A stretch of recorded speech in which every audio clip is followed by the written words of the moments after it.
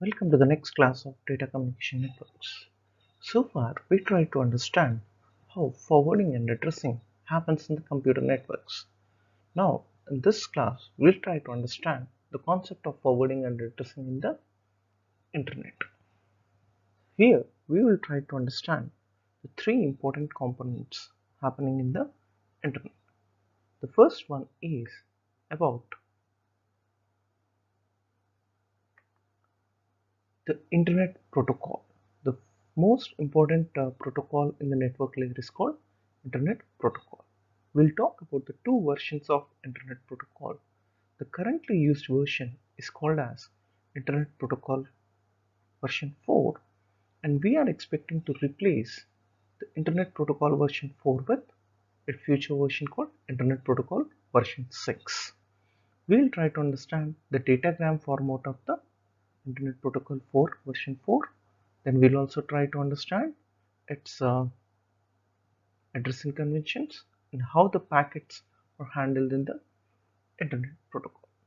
The second important component of this Internet Protocol network layer we'll try to understand here is the routing of the packet or the datagram from the source to destination, and what are the protocols that we are using this particular network layer. Routing also determines how the datagrams are forwarded from the input port to the output ports of the different routers. Then the third and important component is related with reporting of errors and any problems in the transmission of datagrams from source to destination. So the protocol which we are using to highlight the errors that are being generated during the transmission or during the process of transmission, we call it as Internet Control Message Protocol. Topics that we would like to cover in this particular session is the Internet Protocol, the datagram format of the Internet Protocol, then in fragmentation in Internet Protocol called IP datagram fragmentation, and next we'll try to understand the IPv4 addressing in subnet, and last we'll try to understand Internet Control Message Protocol, which is used for the error reporting and error control. Right. Let's start our discussion with the Internet Protocol in the version 4 and the datagram format in the version 4. So IPv4 is of length 4 bytes, so that is 32 bits. So the length of datagram is 32 bits or 4 bytes. So we'll try to express the columns of the header format of the IPv4 in the multiples of 4 bytes. Okay, so here you could find the various fields which are present in the IPv4 datagram format. So IPv4 datagram format consists of multiple fields. The first one is the version, which is of length 4 bits. Then we have header length field, which indicates which is also of length 4 bits. Then we have the type of service, which is of length 8 bits. Then next we have total length of datagram, which includes header and datagram length, the data length, which is mentioned in of length 16 bits. Then we have an identification field of 16 bits, and reserved, do not fragment, more fragment, and next fragment offset of 13 bits lengths. All these 32 bits are used when you are implementing fragmentation process in the IPv4 datagram. So we'll try to understand what is fragmentation in our coming topics. The next field we have is time to leave, which is of length 8 bits field. Then we have protocol, which indicates the higher level transport layer protocol which we would like to provide services. Then to verify whether the data received or not received is correct or not, we are using an header checksum, which is of length 16 bits. Then we have the source, which is generating the data, represented with source IP address. As I mentioned, the IPv4, the length of IPv4 is 32 bits. then the destination device to which we are trying to transmit, and the IP address of the destination is represented by destination IP address of 32-bit length. Then along with these fields we have an additional option field which is on demand service, like time stamping or record route option. All these are the additional options if we are expecting we could include in our header format. In case if we are transmitting a datagram without options, these are the different fields which are included. So what is the minimum total length we could find? 4 plus 4, 8, 16, 16, 32. So these are 4 bytes. Next, identification, reserved, do not fragment, more fragment, and fragment offset. This is again 4 bytes. Time to leave is 8 bits, protocol is 8 bits, header checksum is 16 bits. So this all three together 32 bits, which is one more 4 bytes. And source IP address of 4 bytes. And destination IP addresses of 4 bytes. So if you are not opting for options field, the length of the IPv4 header in the datagram is 20 bytes. And if you are trying to include options, the maximum length of options is minimum length is 0 bytes and maximum length is 40 bytes. So if your datagram is not consisting of any options, the minimum length of IPv4 datagram is 20 bytes. And if we are trying to include all the options, the maximum length is 40 bytes. So the total length is 20 bytes plus 40 bytes, which is 60 bytes. So this is all about the header format of IPv4 datagram. And along with the header, we have to transmit the data to the from source to destination. That is indicated in the data field. So this is what all your IPv4 header consists of. Let us try to understand each field of IPv4 datagram in detail. Let's look at the various fields of the IPv4 datagram header format. The first field of IPv4 header datagram is version. So version tries to indicate whether we are using version 4 or version 6.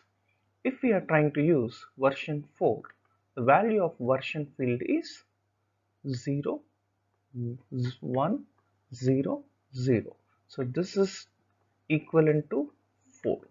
So if IPv4 is being used, the value of version bits is 0100. In case if we are using version 6, then the value of the version bits will be 0110, which is decimal equivalent equal to 6. Okay, so the first field version indicates whether we are using IPv4 or IPv6. Right now, the next field in the IPv4 datagram header is header length. Now what does this header length tries to indicate? As I mentioned you in the previous slide, if you are not using any options, the minimum header length is 20 bytes. If you are trying to use all the options, then the maximum length of the header is 60 bytes. Now we'll try to express the header length as a multiple of 4. Now for instance, if we are using 20 bytes of header datagram header length, then we can express it as 5 into 4. Now in case if we are using an header of datagram with a maximum length of 60 bytes, then it is expressed as 15 into 4. So what we are trying to do is we are trying to express the total length of the header as a multiple of 4. For instance, if the length of header is 20 bytes without any option, we will represent this header length value as 0101, which is nothing but 5. If I am using all the options available, then the total length is 60 bytes, which is expressed as 15 into 4. So I would express the header length value as 1111, which is indicating 15. Okay. In case if my header length is 40 bytes. How do we express? If it is 40 bytes, so we will express it as 10 into 4. So in that case, the value of header length field will be, any guess? We have to express the value of 10 in 4-bit fields. So the value of header length will be 1010. So in this way, the header length will try to indicate what is the length of header. That's it, product of 4. Okay, right. The next field which we have is called as type of service. Now, type of service is of length 8 bits, which is trying to explain us whether we are trying to look for a service of without delay, or we are trying to find a service which is having no errors, or do we find a service which is of high reliable or secure.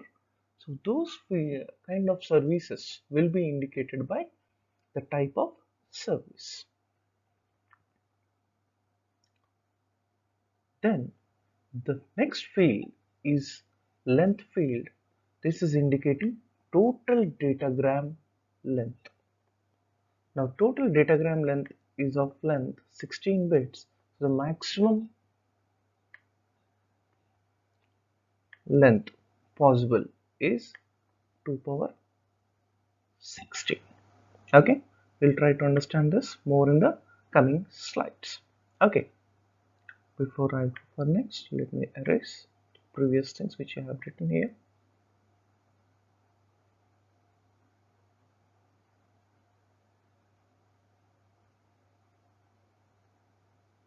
Right, the next field which we have is 16-bit identifier field. This is used in fragmentations. So we'll keep our discussion for the fragmentation concept simple, but just we'll try to understand if you are dividing the total data into fragments. So the fragments, each of the fragment has to be identified with certain identification number, which is indicated by the identifier field. Then we have three flags in our fragmentation: reserved, do not fragment, which means that particular fragment datagram cannot be divided into fragments, and more fragment means we have more than one particular fragment. If I am having 3 fragments for 1 and 2, the value will be high. For third fragment, it doesn't have extra fragments, so the value will be low. Then fragmentation offset is also trying to identifying the fragment number. And the next field in IPv4 datagram is the time to leave field. Now here the concept is there should be a time limit or a life limit for every datagram. So what we try to do is, suppose I am having a datagram of life 5. So once it moves from one node to the router, so its initial life is 5. Once it moves from node to the first router, its value decreases by 4. Once it moves from this router to the next router, this value has to be reduced to one bit, so it will move to 3. Next it moves to 2. Next it moves to 1. In case if your datagram doesn't reach to the destination before this time to leave expires, that is it becomes 0, then the datagram does not reach to the destination. So what should be taken care is that the time to leave field of the datagram should be such a way that it reaches to the destination before it expires, else your datagram will not be able to reach to the destination. Right.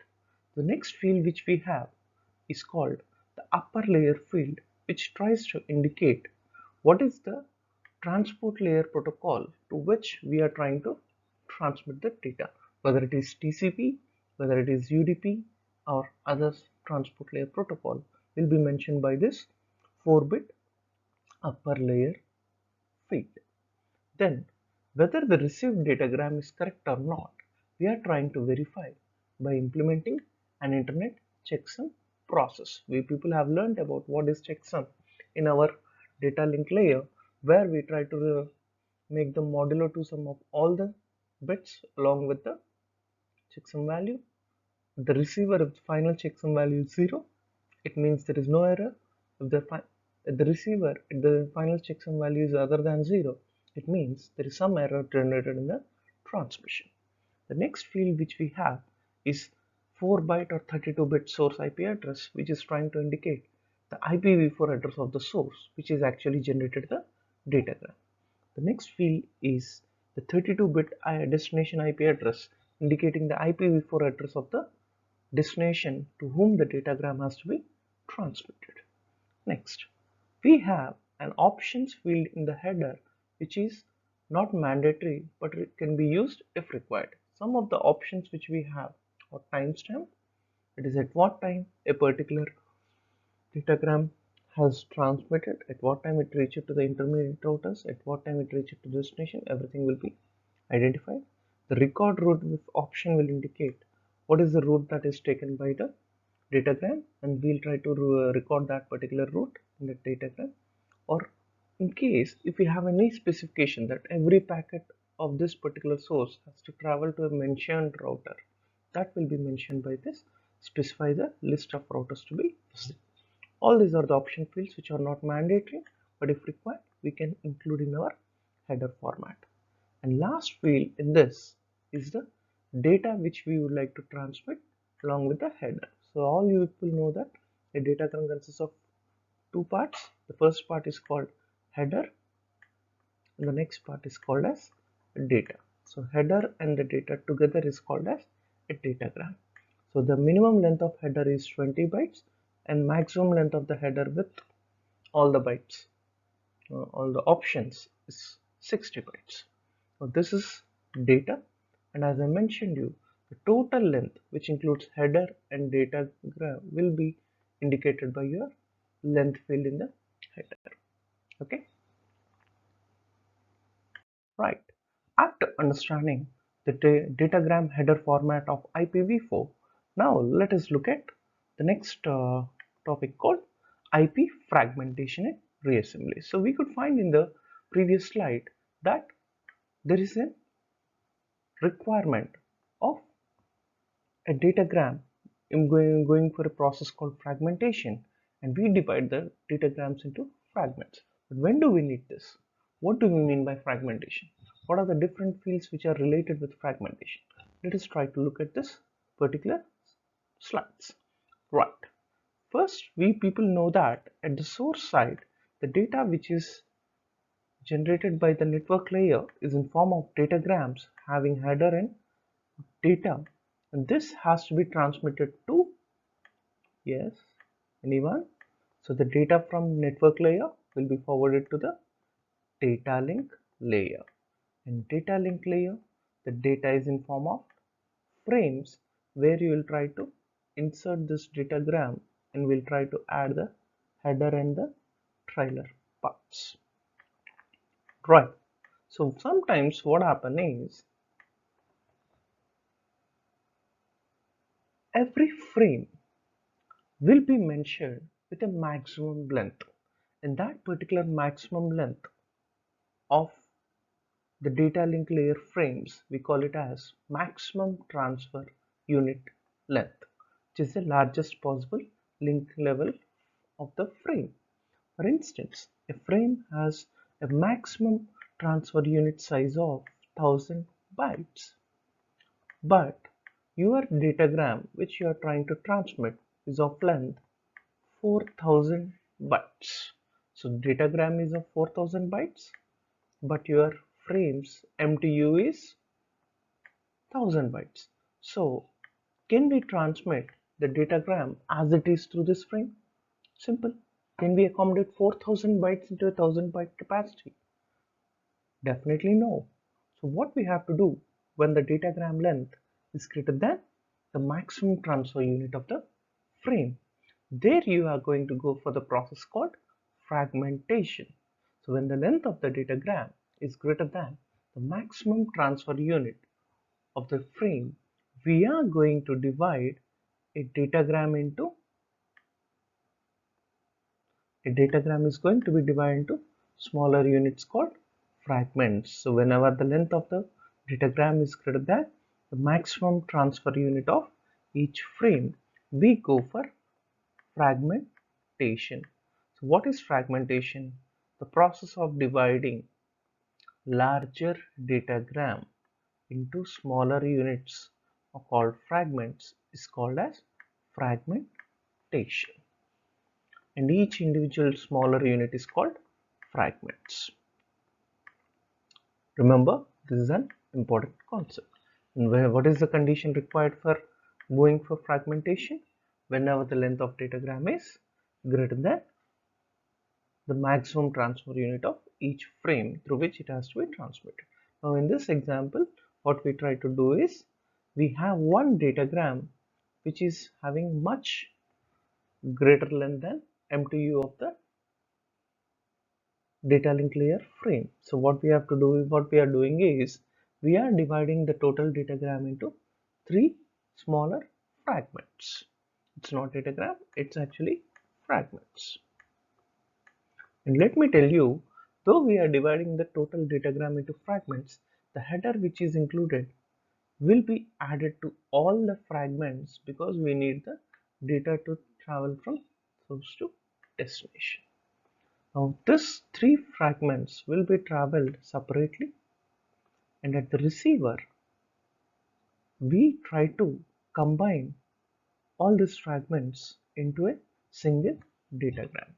So at the source side, we are trying to do the process of fragmentation, dividing the larger datagram into smaller fragments, and at the receiver side, these smaller fragments will be combined together, that is called as reassembled, to form into the original datagram. Right.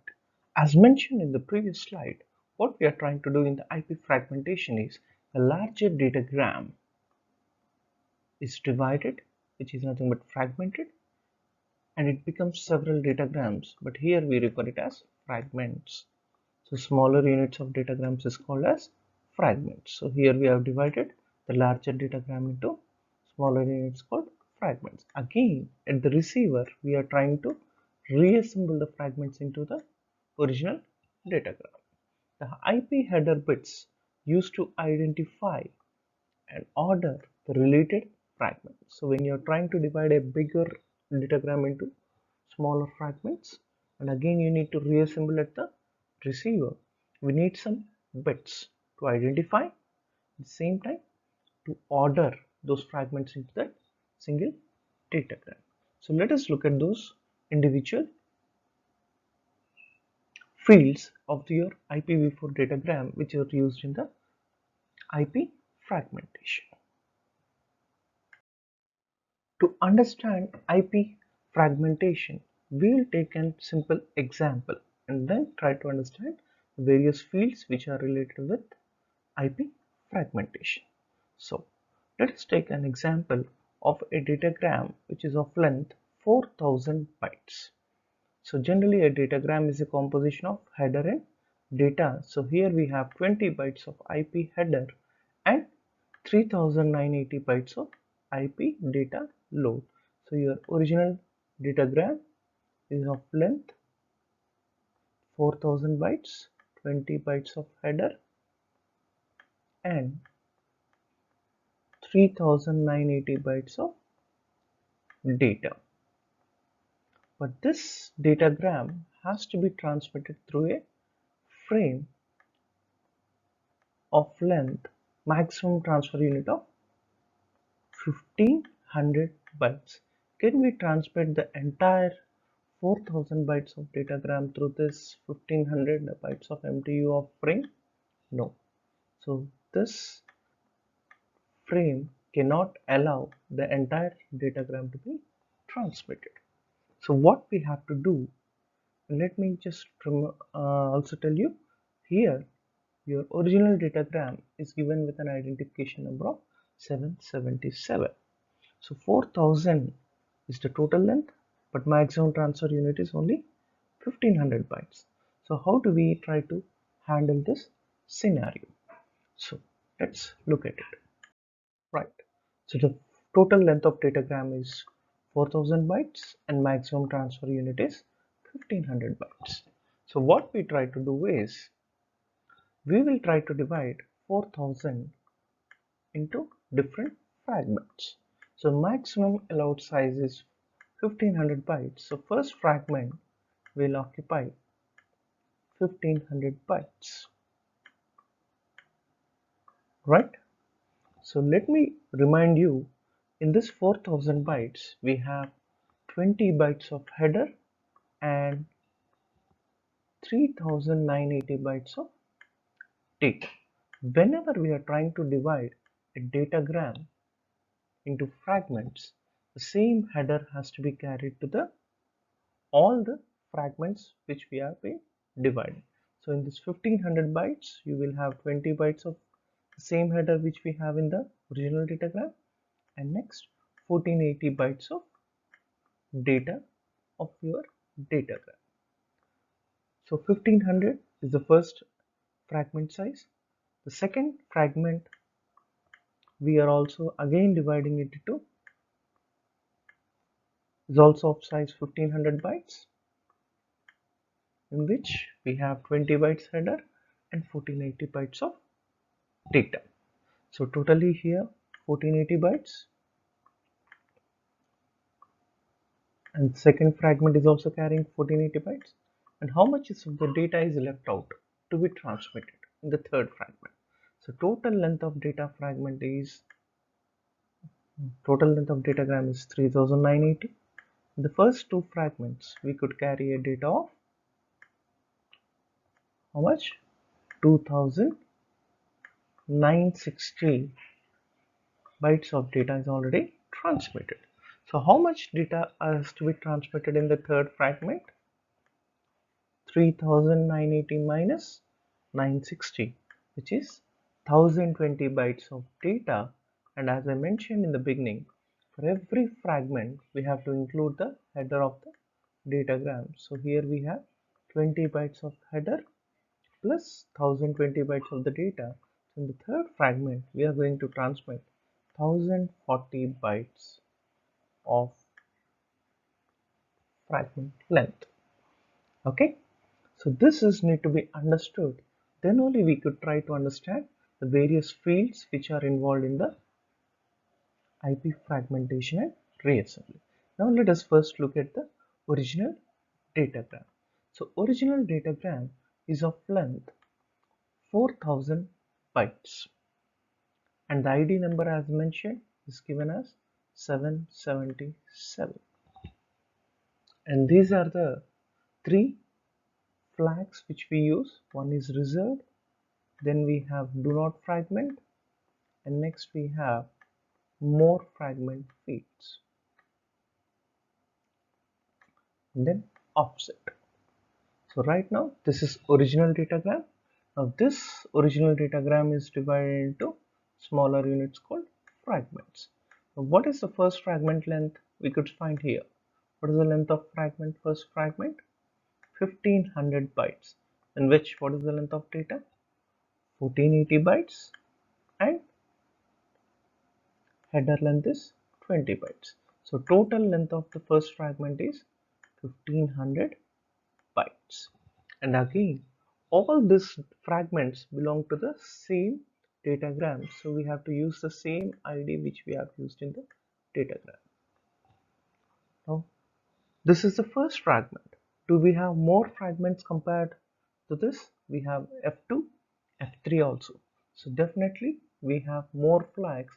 So this flag will be equal to 1. And to determine the offset, how do we determine it? First we have to take the range of the data. So out of 3980 bytes, we are transmitting 0 to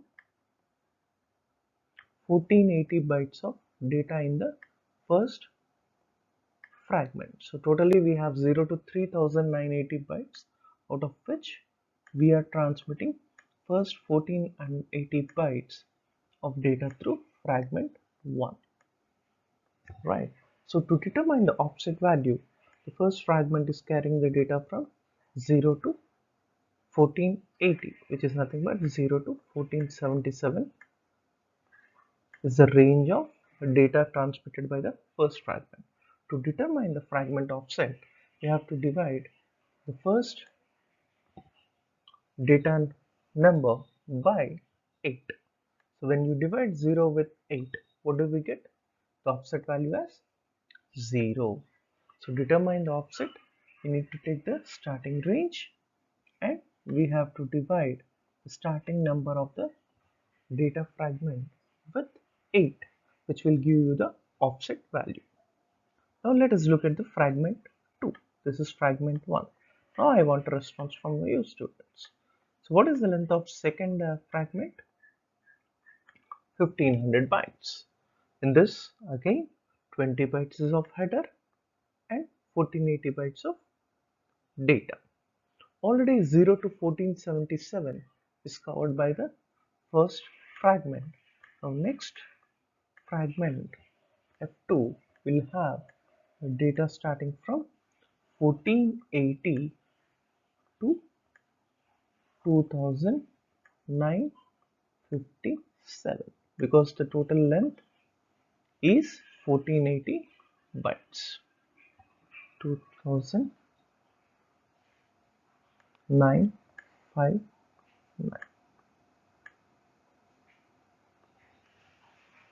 The length is 1480 bytes.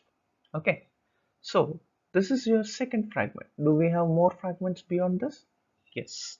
So the length of fragment is 1500 bytes. The ID number is 17777. We have more fragments because we have fragment 3. So here it's 1. And how do we get the offset?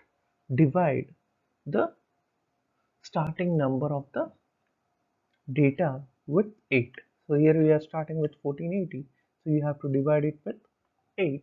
So when you divide 1480 by 8, 8 ones, 68, 8 eights, 4, 40. So you will get fragmentation offset number as 185. Right? Now come to the last fragment of your datagram, which is F3. So after first two fragments carrying 1480 plus 1480, so we are left out with 1020 bytes of data along with 20 bytes of header. So total length of data fragment is 1040. The length of ID field is again 777. Now fragment 3 is the last fragment. We don't have further fragments beyond this. So once we don't have further fragments, the frag fleet, which is indicating the more fragments, will be equal to 0. And how do we determine the offset value? Divide what is the range of the data which is carried by fragment 3. It starts from 2960 to 3979. Since the total datagram is of length 3980, starting with a range 0 to 3979. Okay, so how do I get the offset value of this? The starting number divided by 8. So when you divide 2960 with 8, we are going to get a value 356 is 70. So fragmentation offset number of the third fragment is 370.